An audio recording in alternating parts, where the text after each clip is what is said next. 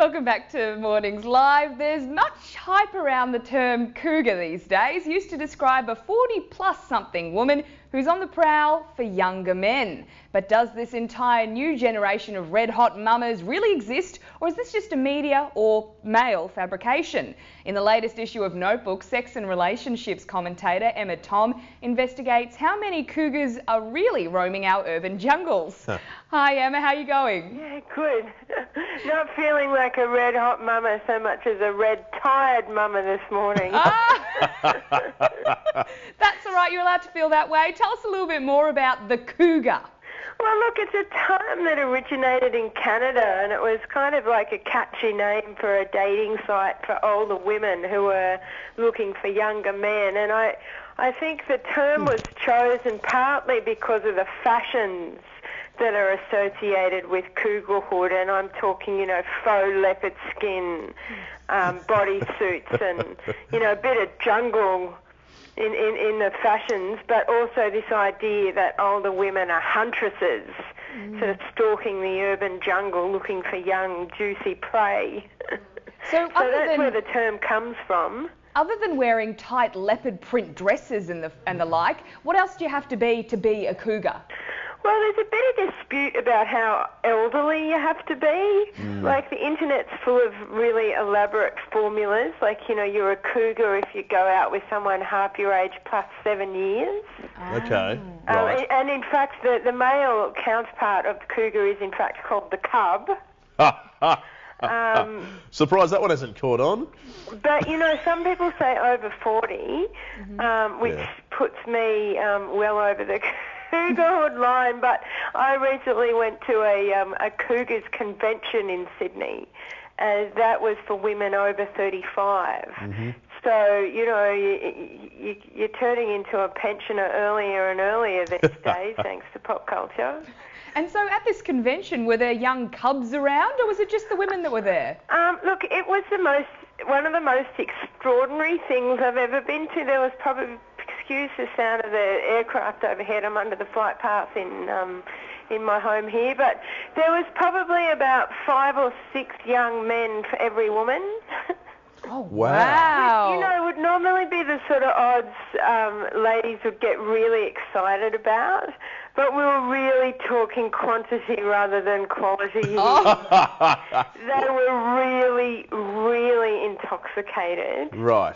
A lot of them seem to think that just because we're a bit, you know, on the wrinkly side, that we would just, like, jump in a taxi and go home with anyone. Yeah. It was a cougar convention, though, so there are certain things you would think turning up, I would imagine. Well, yeah, and, you know, it was pretty tacky. Like, they voted Miss Cougar Sydney, and the way that was done is that all men that came in got a little kind of fake plastic coin, and then they gave it to the cougar they liked the best. Oh, nice. So there was actually some high finance involved, and there were women like lap dancing and doing all sorts of things to try and accumulate coins. So, you know, it was a very intriguing night out. I don't think I'd go to another cougars convention. No.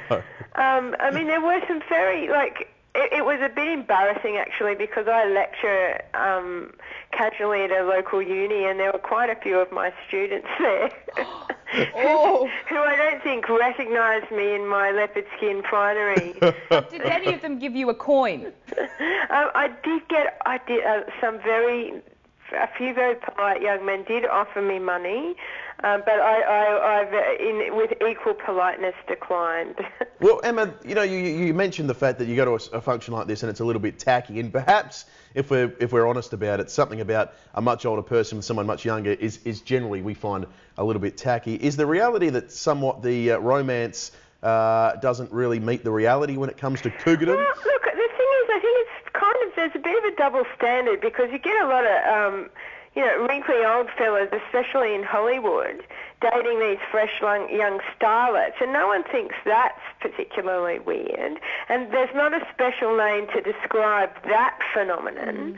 So first of all, I do think there's a pretty appalling double standard, and secondly, I think ultimately it comes down to the personalities involved. If you're a really immature 45-year-old woman, you know, you could hook up with a mature, I don't know, 20-year-old.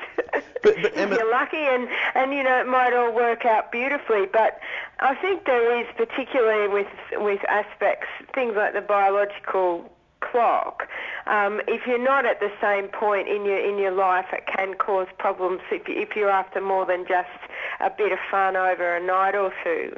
but Emma, surely it's only a double standard if the connotations of cougar are negative. I mean, I would see there's a lot of women that are certainly of a certain age that see it as a term of endearment.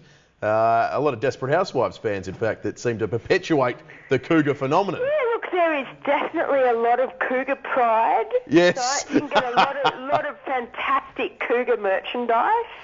You know, T-shirts that say, you know, who's your mama, and, you know, got cougar.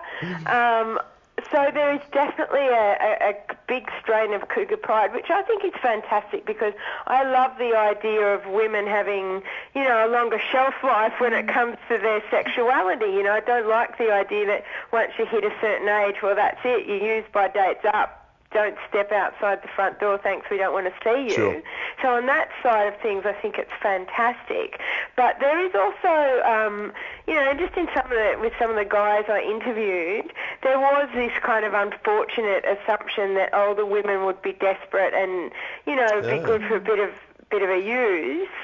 So I think that there are pros and cons to this phenomenon. Sure. And I think there is a bit of an element of male fantasy involved. You know, the idea that there are these sort of, you know, women that do look like the Desperate Housewives women, or look like Courtney Cox on Cougar Town, who's supposed to be 40 and looks about 15. I know. You know, the idea that they're hunting around and will just, you know, eat you all up. I think there is a bit of male fantasy involved as well. So what kind of, I guess, connotations does it have for women, in the older women that want to be cougars, if men kind of see this as a fantasy? Well, look, I spoke to a lot of people at the Cougars convention, and there was definitely some older women there who were choosing between 3 or 4 young men who were all kind of frothing at the bit, so to speak, to go home with them. And these women were, you know, like really kind of enjoying the fact that it was a male fantasy and making the most of it and living it out. So I guess it depends on the personalities involved. It wasn't really my scene.